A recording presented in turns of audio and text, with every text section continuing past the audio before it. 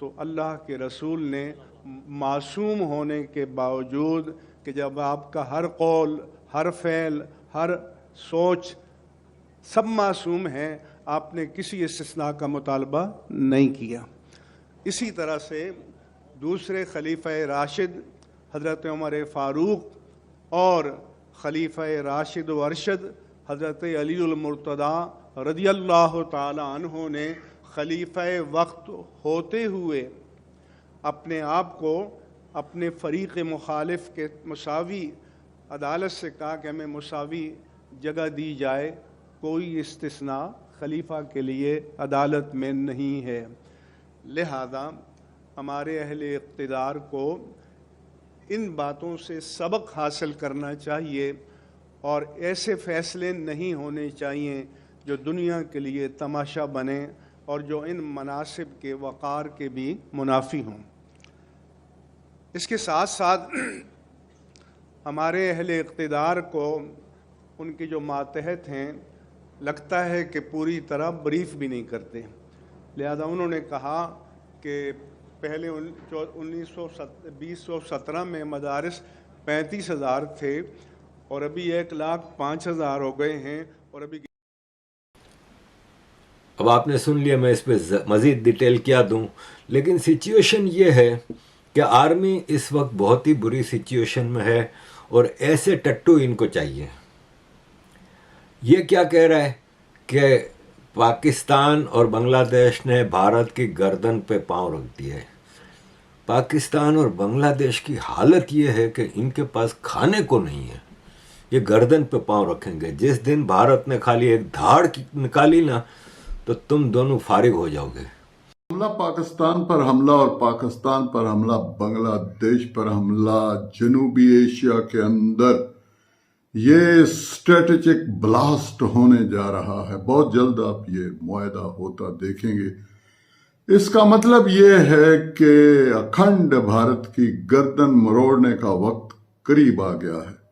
وہ چکن نیک جو ہے وہ بنگلہ دیشی بھائیوں کے پاؤں کے نیچے آ گئی ہے۔ کرا رہا ہے پورا بھارت اس وقت کہ یہ ان کے ساتھ ہوا کیا ہے۔ جنہوں نے پاکستان کا بازو کاٹا تھا وہ تو پاکستان نے اور بنگلہ دیش نے محبتوں کی سرجری کر کے ایک دوسرے کے ساتھ پھر قریب آنے کا عہد کر لیا ہے۔ دو آزاد ملک، لیکن سوچ ایک، نظریہ ایک۔ بہت جلد آپ دیکھیں گے کہ بھارت جس نے بازو کاٹا تھا اس کی گردن کٹنے جا رہی ہے۔ یقین مانو کہ یہ بھارت ہے جو کہ ہمیشہ سے برداشت اور ٹالرنس سے کام کیا ہے۔ جس دن بھارت نے جس طرح پاکستان کر رہا ہے ٹیررزم، اس کا 10% بھی کرنا شروع کر دیا نا تو دنیا کے نقشے پہ پاکستان نامی ایک کنٹری نہیں ہوگا۔ اور ایک اور بات سب کو میں آج کلیئرلی بتا دیتا ہوں، یہ میری بھوشوانی لکھ لیں کہ اگلی جو جنگ ہوگی نا انڈیا پاکستان کی، وہ آخری جنگ ہوگی۔ اس کے بعد there will not be a country called Pakistan.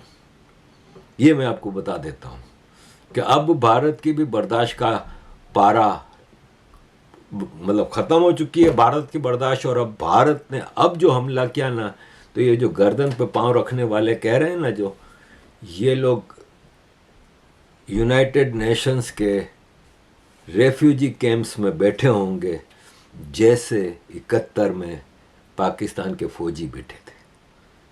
اور عاصم منیر تو بھاگ چکا ہوگا کینیڈا۔ لیکن ایک بات میں بتا دوں کہ 71 میں بھارت کی جو لیڈرشپ تھی نا، اس نے تو 71 کے بعد جنگ کے سارے فائدے بھٹو کو دے دیے تھے۔ 93,000 فوجی بھی چھڑا کے لے گیا۔ جب وہ شملہ آیا تھا ذوالفقار علی بھٹو، تو اس سے پوچھا گیا تھا کہ آپ اندرا گاندھی سے ملنے جا رہے ہیں تو آپ کے اوپر اس کا امپریشن کتنا ہوگا؟ تو اس نے کہا جب آکسفورڈ میں میں پڑھتا تھا تو میں اندرا گاندھی کی زلفوں کا شکار نہیں ہوا تو آج کیسے ہوں گا؟ اور وہ ویڈیوز وائرل موجود ہیں جب یہ شملہ آتا ہے اور کس طرح اس کا سواگت کیا جاتا ہے، ایک ہاری ہوئی کنٹری کے پرائم منسٹر کا، ایک ایسی کنٹری کے پرائم منسٹر کا جو کہ جینوسائڈ میں مطلب تھے نا، یہ لوگ جینوسائڈ کر رہے تھے بنگالیوں کا. اس وقت اگر اندرا گاندھی جی نے وزڈم سے کام لیا ہوتا تو شملہ معاہدے میں کشمیر کا مسئلہ حل ہو چکا ہوتا، کہ اس وقت پاکستان کنسیشن کے ٹوٹل پوزیشن میں تھا. پاکستان کسی صورت میں بھارت کو پریشرائز نہیں کر سکتا تھا، لیکن وہ نہیں کیا گیا. دوسرا یہ کیا جا سکتا تھا کہ آپ کے پاس 93,000 فوجی تھے، آپ کے پاس آن ہینڈ ایویڈنسز تھے. آپ نے انٹرنیشنل کورٹ آف جسٹس کا ایک وار کرائم ٹریبیونل کیوں نہیں بنوایا جس میں پاکستان کے فوجیوں کو سزا ہوتی تو ہمیشہ کے لیے عبرت کا نشانہ بنتے. لیکن ہوا کیا، آپ نے بغیر کسی شرط مانے الٹا شملہ معاہدہ واز اگینسٹ بھارت، وہ معاہدہ کر کے آپ نے فوجی ان کے حوالے کر دیا، اور وہ 93,000 فوجی جنہوں نے ہتھیار پھینکے تھے، جنہوں نے جینوسائڈ کیا تھا، ان کا پاکستان کے ایئرپورٹوں پہ سواگت پھولوں سے کیا گیا تھا. یہ اس وقت کی بھارت کی لیڈرشپ کی غلطی تھی. اس بار بھارت پاکستان کی جنگ کے بعد بھارت کی کرنٹ سرکار، پاکستان کے آرمی کے جنرل، چاہے وہ کینیڈا میں چھپے ہوئے ہوں، امریکہ میں ہو، ان کو وار کرائم ٹریبیونل میں لائے گی اور ان کو وار کرائمز کے ساتھ سزا دلوائے گی. یہ میری بھوشوانی آپ یاد رکھیے گا. ایسے پاکستانی جو ابھی بول رہے تھے نا گردن پہ پاؤں، ان لوگوں کو نانی یاد آ جائے گی. کہا جاتا ہے کہ جی there's a brain drain which is taking place in Pakistan. Oh, come on, is it just the brain drain? Is it not the brain gain which has taken place? That we have sent such fantastic ambassadors abroad that you are representing our country in every nook and corner of the world. Is this the brain drain? And if this is the brain drain, then we would like to continue with this brain drain for an indefinite period of time. Is this the brain drain? عزیز دوستوں، یہ اس نے ایک اور conference کی، اور یہ conference کا hall اور کانفرنس کے جو ٹھاٹ باٹ آپ دیکھیں تو پہلے تو آپ یہ سوچیں گے کہ یہ اتنا بھکاری ملک کتنے خرچے کرتا ہے. اور اس نے برین ڈرین کی بات کی کہ ہمارے لوگ باہر جاتے ہیں تو وہ ہمارا برین ڈرین تھوڑی ہوا ہے، یعنی پاکستان سے ٹیلنٹ تھوڑی جا رہا ہے. تو آئی ایکسیپٹ اٹ. جو تمہارے ایکسپورٹ ہے نا، یہ سب جتنے پاکستانی باہر جاتے ہیں نا، ان سے کوئی اچھے کام کی آپ امید نہ رکھیں. یہ سب پاکستان کے جو ان کی تربیت ہے وہ باہر جا کے اپنی تربیت دکھاتے ہیں، سارے غلط کام کرتے ہیں، ٹیررزم میں بھی ہوتے ہیں، غلط کاموں میں ہوتے ہیں. یہ معمولی مثال آپ کو دیتا ہوں، یہ لڑکی پاکستانی یہ پکڑی گئی بریڈ فورڈ میں. بریڈ فورڈ تو آپ کو پتا ہے منی پاکستان ہے. لیدر جیکٹ کے اندر 1 کلو کی ہیروئن کی تھیلیاں نکلی. یہ جون 2024 میں پکڑی گئی تھی. اس کے گھر سے مختلف بیگز میں 85 کلو گرام کی کلاس اے ڈرگز نکلی اور بہت کچھ نکلا. یہ معمولی سی آپ کے سامنے ایک مثال دی، ایسے آپ کو 50 میں پہلے بھی دکھا چکا ہوں. تو یہ اس وقت صورتحال ہے عزیز دوستوں. آرمی کی اس وقت ملاؤں کے ہاتھوں سب سے زیادہ بری پوزیشن ہے. مارکو روبیو نے ساری جو افواہیں تھیں کہ پاکستان نہیں پاکستان نے غزہ میں بھیجنے کا بات نہیں کی تھی، یہ تھا وہ تھا، اس نے صاف کہہ دیا.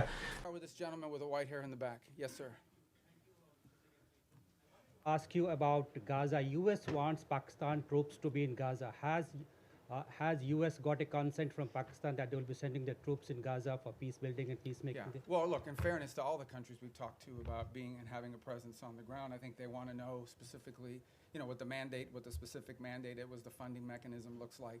So we're very grateful to Pakistan for their offer to be a part of it, or at least their offer to consider being a part of it. I think we owe them a few more answers before we can ask anybody to firmly commit. But I feel very confident that we have a number of nation states acceptable to all sides in this who are willing to step forward and be a part of that stabilization force. And certainly, Pakistan is key if they agree to do so.